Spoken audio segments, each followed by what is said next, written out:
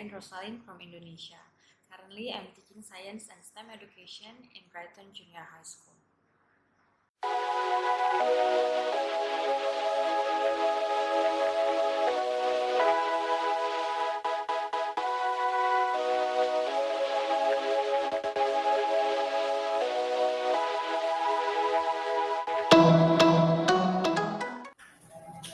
Halo, hai teman-teman, selamat siang. Aku pakai bahasa Indonesia, nggak apa ya?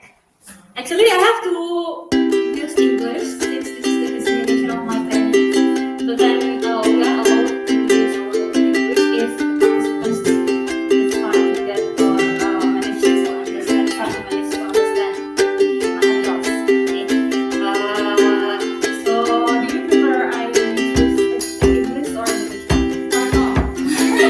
Because if I like this here, our theme or topic is about ICT in learning since in the past 2 years we have faced many challenges during the pandemic and we have to use technology for that, right? And even after the pandemic, now we already have an offline class, but still need technology to learn. So here, actually, this is not focusing on the ICT as a subject, but what ICT can do for our class and subject. So this is I share my experience and also my knowledge for this. So what we do, what we learn, and what we have done, we learn about education, we learn about positional thinking, we learn about coding, we have group discussions from our teachers about experience.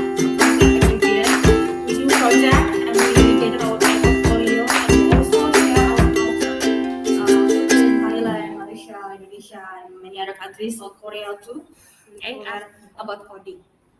Okay. So this is computational thinking, the first thing that we learn. Computational thinking is not about the computer actually. Itu adalah the way to think. Jadi cara kita berpikir, cara kita mengajarkan anak-anak untuk berpikir. Nah, cara kita mengajarkan anak-anak untuk berpikir di computational thinking kenapa sih menjadi penting? Karena di sini kita mengajarkan anak-anak untuk berpikir step by step. Jadi nggak langsung loncat. Kadang-kadang kan anak-anak itu banyak yang nggak tahu caranya, terus langsung begitu dikasih instruksi, terus langsung mikirnya kemana-mana, bikinnya ribet. Itu susah. Kok begitu ya? Gitu. Apalagi kita mau punya project K5 kan. Gitu. Anak-anak banyak yang udah nggak sabaran pasti.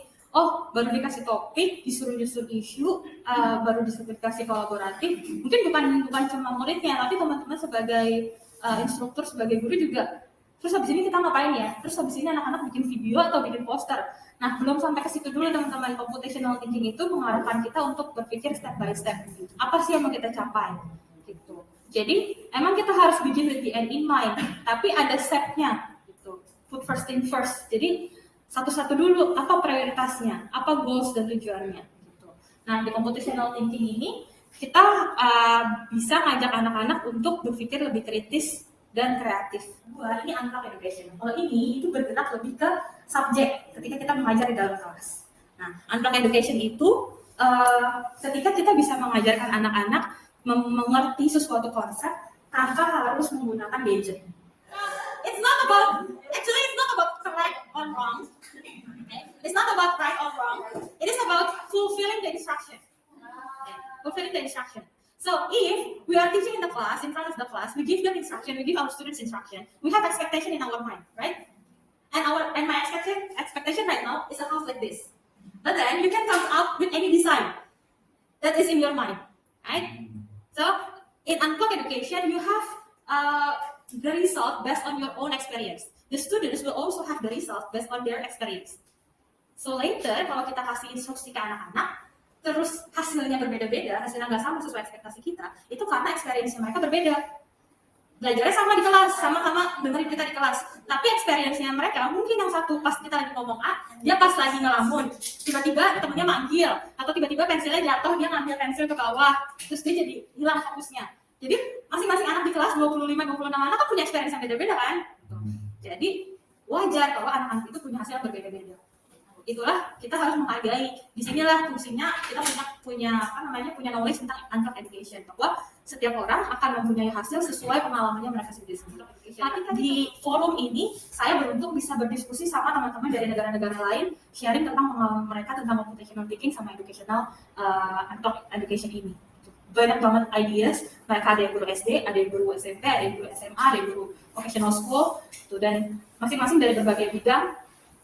Pengalamannya luar biasa, saya juga jadi tahu, dan ini salah satu yang kita sharingkan, ternyata seperti ini loh. Gitu. Nah, next saya mau nunjukin teman-teman bab selanjutnya yang ini makan waktu jauh lebih banyak. Kalau yang ini makan waktu jauh lebih banyak berhari-hari untuk belajar coding, karena nggak semua guru yang terlibat di training adalah guru IT, tapi semuanya punya willingness dan punya interest yang sama dengan IT. Jadi kita bisa saling sharing. Nah, coding itu apa? Coding itu teman-teman juga jangan salah paham. Coding itu bukan hanya angka satu-satu atau logaritma yang ada di komputer yang harus ngetik banyak gitu ya. Kalau ngeliat orang bikin web atau programmer gitu kan ngetik banyak banget gitu. Nggak semuanya kayak gitu. Iya, itu ada advance kayak gitu. Bikin aplikasi sampai ribet banget gitu kan. Nah, kalau ada yang salah satu aja kok nggak jalan, ini ada bug gimana, harus diatin satu persatu kan. Karena cuma kurang tanda tanya atau slash aja nggak bisa jalan itu. Gitu kan. Nah, coding itu ada levelnya. Dari yang paling bawah, yang paling basic banget sampai yang paling advance. Yang kalau kita lihat bikin aplikasi itu udah advance banget. Gitu. Nah, coding yang advance itu bisa bikin robot, bisa jalanin mesin, bisa bikin lampu nyala. Kalau teman-teman yang rumah-rumah zaman now, yang rumah-rumah pintar itu loh, yang penghuninya masuk cuma tap lampunya nyala gitu kan. Atau nggak usah di komputer, itu seperti itu. Komputer itu harus jelas. Kita mulainya dari titik 0,0, terus jalannya berapa step ke kanan, berapa step ke kiri. Dan itu semua harus kita instruksikan dalam tulisan. Karena si komputer nggak bisa dengar kita. Nggak bisa dia mengartikan kita, dia punya otak ya, gitu. Otaknya adalah human, gitu. Kalau teman-teman ingat dulu waktu kita zaman komputer, belajar komputer di SD atau SMP, kan ada brainware, hardware, sama software, ya kan? Brainware itu orangnya yang menjalankan, human ini disebutnya brainware. Jadi kalau brainware nggak bisa menjalani, ya komputer nggak bisa ngapa-ngapain. Gitu. Hardware-nya bagus, brainware yang nggak bisa ya udah sekedar cuma bisa ngetik gitu aja.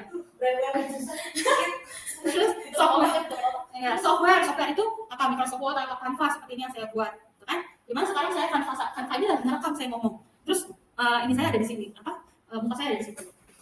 Jadi softwarenya Canva ini nggak akan bisa ngerekam, nggak akan bisa tampil muka saya ada di situ kalau saya nggak menjalankan perintah. Stepnya apa nanti? Ya, nah itu adalah coding. Ya, nah coding yang saya pelajari di sini itu untuk level SMP, yang mau saya bagikan ke teman-teman itu untuk level SMP. Kalau untuk level SMP itu ada aplikasi yang anak-anak nggak usah nulis kurung buka, kurung tutup, nggak usah kayak gitu. Tapi udah ada blok-bloknya, anak-anak tinggal nyusun blok-bloknya. Nah itu aja sudah challenging buat anak-anak SMP. Bloknya yang mana dulu, kan? Terus bloknya tuh harus dikombinasikan sama yang mana. Ini contohnya. Gitu. Coding app-nya yang saya pelajari di sini basicnya Scratch, tapi yang udah advance pakai Coding School. Nah kemudian dikolaborasikan sama tools dari CodeWiz. Toolsnya ini dari CodeWiz. Nah, terus ini harusnya memang ada di sini ada event. Event itu menanda ya. Kalau bendera yang hijau diklik itu instruksi kita mulai. Tapi karena saya kombinasikan pakai alat, saya sudah pakai alat gitu ya. Jadi kita pakai tandanya hijaunya program. Jadi kalau CodeWiz programnya connected, dia akan jalan. Nah, kemudian disusun. Nah, karena saya mau bikin suara, saya bikin di sininya adalah initiate passive buzzer. Buzzer itu buzz kayak bell gitu loh, bunyi buzzer. Tapi di sini bunyi buzzernya saya atur. Buzzernya saya atur jadi ada nadanya C, D, E, F, G, A, B gitu. Dari muka solasi dulu ya. Nah, ini sudah saya atur. Jadi kalau misalkan saya ngeklik, ini kan touch ya, tulisannya touch. Kalau saya touch panel IO32 nanti akan bunyi itu nada C. Kalau saya touch sentuh panel IO33 yang akan bunyi nada D gitu, dan seterusnya. Nah, ini saya coba connectin ke alatnya. Ini alatnya CodeWiz mereknya.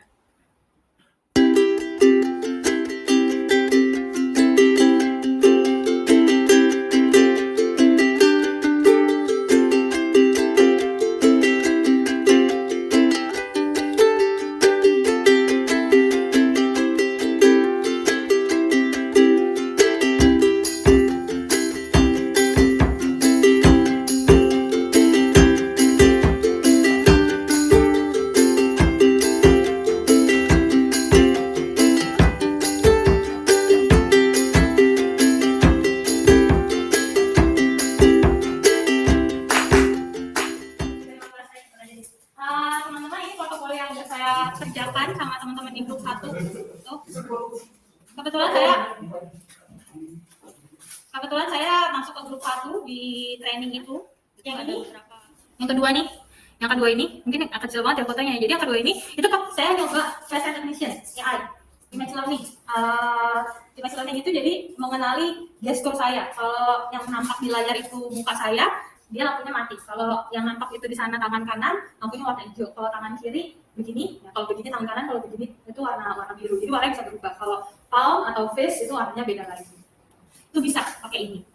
Terus ini juga bisa, jadi nanti ini alat ini bisa di-attach, di sini kan banyak attachment-nya ya, banyak tombol-tombol buat attachment. Ini bisa kita attach pakai yang lain-lain untuk bisa bikin kayak gini nih. Waktu itu saya sama kelompok saya bikin ini, pakai burung garuda karena waktu itu mau 17-an kan. Jadi kita gambar burung garuda. Nah itu kalau kita bersuara, nanti dia berubah warnanya jadi biru. Suara apa, warna biru, suara apa, warna hijau, suara apa, warnanya merah. Ini contohnya. Nah, ini teman-teman satu grup saya. Teman-teman satu grup dari berbagai negara, yang ini trainernya.